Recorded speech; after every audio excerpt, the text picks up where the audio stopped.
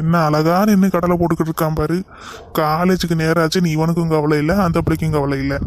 கேட்டால் அந்த பிள்ளை எனக்கு இவனை பிடிக்காதுன்னு சொல்லும். இவர் எனக்கு அவட்ட பேசவே பயமாக இருக்குன்னு சொல்லி பீலா விடுவார். இவங்க 2 பேர்த்துக்கு மத்தியில் நான் மாட்டிக்கிட்டு எப்பா முடியலை. ஆமாம், எனக்கும் அது மட்டும் தான் தெரியும். ஏன்னா எங்கள் அம்மா திட்டும் போது அதை சொல்லி தான் திட்டினாங்க. அதனால எனக்கு அது மட்டும் தெரியும். மித்தபடி ஒன்றும் தெரியாது. கேட்டால் தான் தெரியும். கேட்டாலும் ஒன்றும் சொல்லவும் மாட்டாங்க. அதான் சரி நம்மளும் கேட்டாமா கஷ்டப்படுத்த வேணாமேன்னு விட்டுட்டேன். ஆனால் எங்கள் சித்தியை திட்டிட்டு வந்து எங்கள் அம்மா தான் பாவம் போல் உட்காந்துருந்தாங்க தெரியுமா. அப்படியா? நான் வேணா ஆன்ட்டிகிட்ட வந்து பேசவா? நீ வந்து என்ன பேசுவ?